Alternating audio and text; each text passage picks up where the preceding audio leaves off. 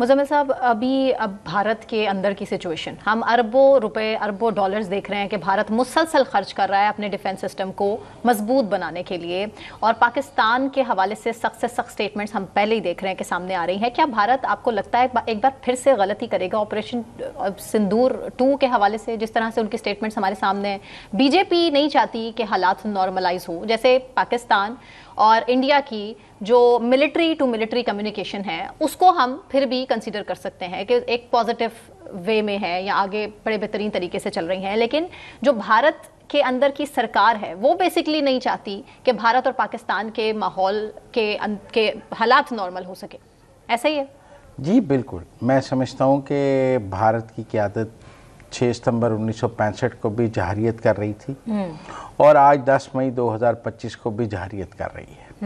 6 सितंबर 1965 को भी पाकिस्तान पर हमला किया गया था और 2025 में भी पाकिस्तान पर हमला किया और पाकिस्तान ने अपना दिफा किया, दोनों दफा पाकिस्तान ने अपना दिफा किया है। पाकिस्तान ने जहरियत नहीं की है, पाकिस्तान ने हमला नहीं किया है, पाकिस्तान पर हमला किया गया है। ऐसा ही इसका मतलब है 60 सालों में भारत की सोच नहीं बदली है, 60 सालों में भारत का तरीका वारदात नहीं बदला है, 60 सालों में भी भारत ने पाकिस्तान को कबूल नहीं किया है और दोनों मुल्कों के दरमियान जो इश्यूज हैं, मतलब सियाचिन, सरक्रीक, कश्मीर समेत जितने पेंडिंग इश्यूज हैं वो अब भी वैसे के वैसे ही मौजूद हैं बॉर्डर डिस्प्यूट्स के साथ।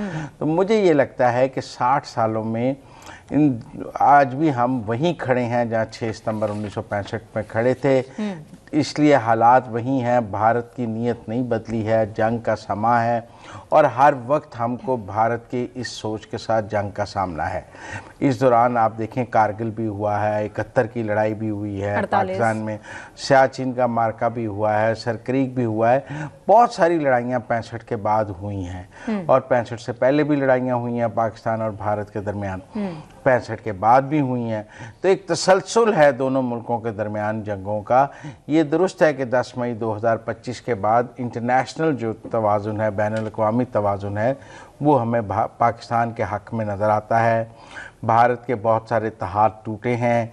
भारत ने जो अपनी मिलिट्री माइट बनाई हुई थी और जो उसको वो ख़ुद को एक बहुत बड़ा मुल्क पेश कर रहा था और सुपर पावर की बैक थी, वो शटर हो गया है और दुनिया को ये समझ आई है कि भारत तो अभी पाकिस्तान से लड़ने के काबिल नहीं, चीन से क्या लड़ेगा या इंटरनेशनल पावर। आप देखें, एक पिछले दिनों में भारत तो खुद को यूनाइटेड नेशंस की सिक्योरिटी काउंसिल का परमानेंट मेंबर बनवाना चाहता था और उसका ख्याल था कि अब वो इतना बड़ा हो गया कि उसके पास परमानेंट मेंबरशिप और वीटो पार होनी चाहिए। लेकिन ये जो ऑपरेशन सिंदूर और हमारा बनियानुल मरसूस है, इसने यकीनन ना सिर्फ भारत को शिकस्त हुई है बल्कि भारत को इंटरनेशनल डिप्लोमेसी में बहुत बड़ी शिकस्त हुई है। जितनी बड़ी शिकस्त उसे मैदान जंग में हुई है, इतनी बड़ी शिकस्त उसे सफारतकारी में भी हुई है और उसका इंटरनेशनल इमेज बिल्कुल ख़त्म हो गया है। बिल्कुल ठीक। और मैं समझता हूँ भारत इस वक्त मुश्किल में है।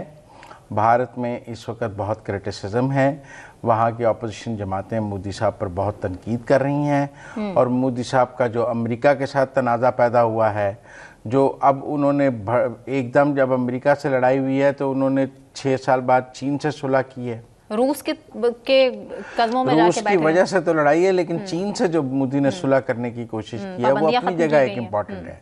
आप देखें 2020 से भारत ने चीनी शहरियों पर भारत के वीज़े के पाबंदी लगाई हुई थी। अब यकदम उन्होंने वो पाबंदी ख़त्म की है, फ़्लाइट शुरू कर दी हैं, बॉर्डर ट्रेड शुरू कर दिया है। उनके यहाँ वो लाइन ऑफ एक्चुअल कंट्रोल कहते हैं LAC, उसको मान लिया है। जो चीन ने उनका इलाका कब्जा किया है उसको तस्लीम कर लिया है। तो भारत ने, पाकिस्तान ने जो जीत हासिल की है उसका चीन को भी फ़ायदा हुआ है और चीन जो है उसने, भारत ने चीन के आगे सरेंडर किया है बहुत सारी बातों में और मोदी को SCO की सरबराही समिट में जाना पड़ा। तो अगर चीन ने हमारी मदद की तो उसका फ़ायदा चीन को इंटरनेशनल डिप्लोमेसी में और भारत के खिलाफ। और मुज़म्मिल साहब, आपको नहीं लगता ये सही मौका है कि पाकिस्तान को भी FATF का दरवाज़ा खटखटाना चाहिए? जिस तरह से हमारे पास तो हमारा स्ट्रॉन्ग केस है कुलभूषण यादव के सूरत BLA की मजीद ब्रिगेड टेररिस्ट ऑर्गेनाइजेशन डिक्लेयर किया गया है। अब भारत के खिलाफ FATF में टेरर फंडिंग का बहुत फिट केस है और हमें लेके जाना चाहिए।